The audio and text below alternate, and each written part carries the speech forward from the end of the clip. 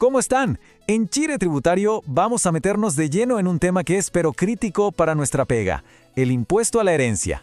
Miren, esto no es para nada teórico, ¿ah? Es súper práctico, es urgente y la verdad es que necesita atención pero ya.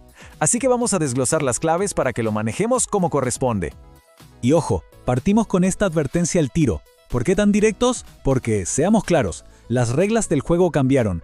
Con las últimas reformas y con un servicio de impuestos internos que anda fiscalizando mucho pero mucho más agresivo, esa idea de después lo veo o lo arreglo con una venta por debajo, es un error que puede salir carísimo. De verdad, no planificar hoy es meterse en un cacho financiero y legal que ya no tiene ningún sentido. Para que entremos en materia y quede clarísimo de qué estamos hablando, miren este número, 25%. Esa es la tasa máxima. ¿Qué significa esto? Que sin una planificación bien hecha, un cuarto del patrimonio líquido que una familia se sacó la cresta construyendo, se puede ir directo al fisco. Y espérense que a eso todavía hay que sumarle los recargos. ¿Y cuáles son esos recargos? Bueno, aquí están. Miren, si la herencia va para el cónyuge o los hijos, todo bien, cero recargo.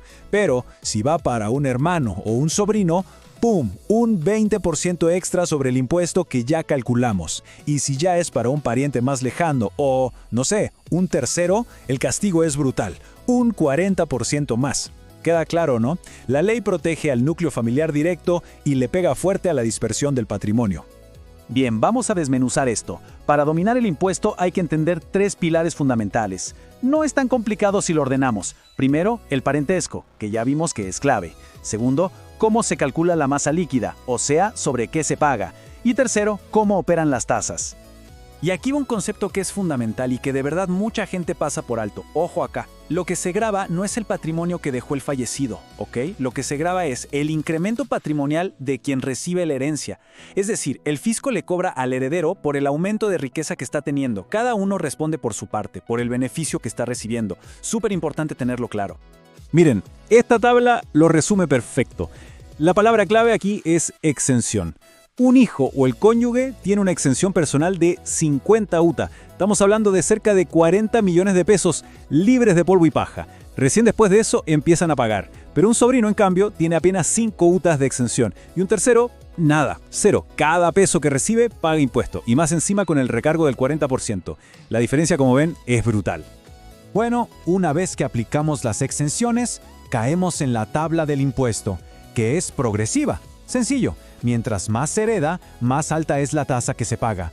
El detalle técnico importante acá es recordar que todo se calcula en UTA, la unidad tributaria anual, pero la que estaba vigente a la fecha del fallecimiento, no cuando se paga el impuesto. Un detallito que puede evitar varios dolores de cabeza y multas.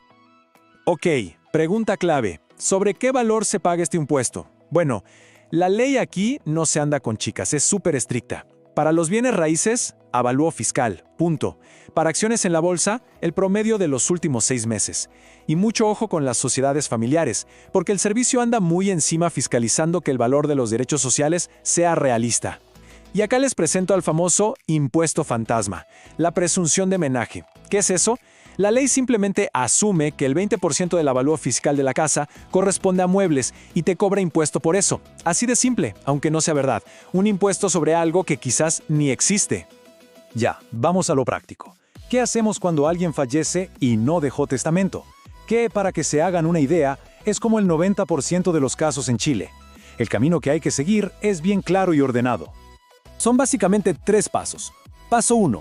Ir al registro civil y solicitar la posesión efectiva, presentando el inventario de bienes. Paso 2. Una vez que eso está aprobado, toca declarar y pagar el impuesto en el Servicio de Impuestos Internos. Esto se hace con el formulario 4423. Y el paso 3. Con el certificado que nos da el servicio, vamos al conservador de bienes raíces e inscribimos las propiedades a nombre de los herederos. ¡Listo! Y por favor, anoten esto en rojo. Este punto es sagrado. Hay un plazo fatal de 2 años contados desde la fecha de fallecimiento para declarar y pagar el impuesto. Si se pasa ese plazo, empiezan a correr multas e intereses, y la deuda se puede transformar en una bola de nieve gigante. Aquí de verdad que no hay excusas que valgan. Muy bien, ahora vamos a la parte entretenida, a lo que de verdad nos convoca, la estrategia. ¿Cómo podemos planificar para bajar esta carga tributaria de forma completamente legal y eficiente? Porque sí, existen herramientas súper potentes si sabemos cómo usarlas. Y aquí les presento lo que para nosotros es la joya de la corona en planificación sucesoria: el usufructo y la nuda propiedad. ¿De qué se trata? La ley nos permite, por así decirlo, partir el dominio de una propiedad. Se puede transferir en vida la nuda propiedad a los hijos, por ejemplo, pero los padres se guardan para ellos el usufructo vitalicio. ¿Qué significa eso? Que tienen el derecho a vivir en la propiedad o a arrendarla y recibir esa plata hasta el día de su muerte. El efecto que esto tiene en los impuestos es tremendo. ¿Y por qué es tan potente esta jugada? Porque el impuesto a la donación, que se paga en el momento, no se calcula sobre el valor total de la propiedad, no.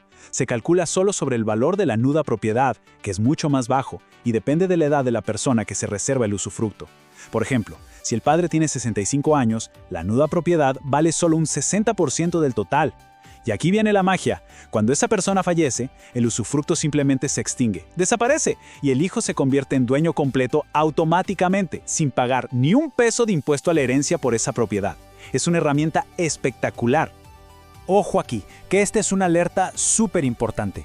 Antes, los seguros de vida eran una maravilla, casi un paraíso fiscal, porque estaban exentos de impuesto. Bueno, eso se acabó.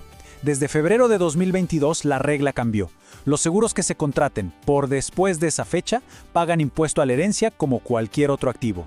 Así que el mensaje es clarísimo. Si existen pólizas antiguas, por ningún motivo las cancelen. Esas mantienen el beneficio antiguo. Ya, para ir cerrando, vamos con un checklist final. Puntos críticos que no se nos pueden pasar y los errores más comunes que vemos todos los días en la pega. A ver, ¿qué cosas tienen al Servicio de Impuestos Internos con la lupa encima? El mismo servicio tiene publicado un catálogo de esquemas que ellos consideran elusivos. O sea, hacer una de estas cosas es casi como levantar la mano y pedir que te fiscalicen. La más clásica de todas, la venta de padre a hijo por el avalúo fiscal, pero en realidad nunca se movió un peso. ¿Qué hace el servicio? Te recalifica la operación como una donación encubierta y te cobra el impuesto sobre el valor comercial, más todas las multas e intereses. Alerta roja con eso. También están muy atentos al mal uso de las donaciones revocables y, por supuesto, a la subvaloración de derechos sociales en empresas familiares para tratar de pagar menos.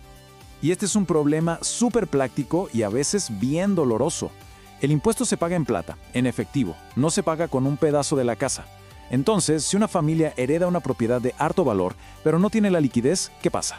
Muchas veces se ven forzados a malvenderla, a venderla rápido y barato, solo para poder juntar la plata y pagarle al fisco. Por eso, planificar no es solo ver el impuesto, es también asegurarse de tener la caja para poder pagarlo. Y con esto cerramos el análisis técnico. En Chile Tributario estamos convencidos de una cosa: la muerte es inevitable, pero pagar de más por puro desorden, eso sí que no. La falta de planificación, el no saber, cuesta plata, mucha plata. Pero con conocimiento y con orden podemos evitar esas pérdidas que no tienen por qué ocurrir.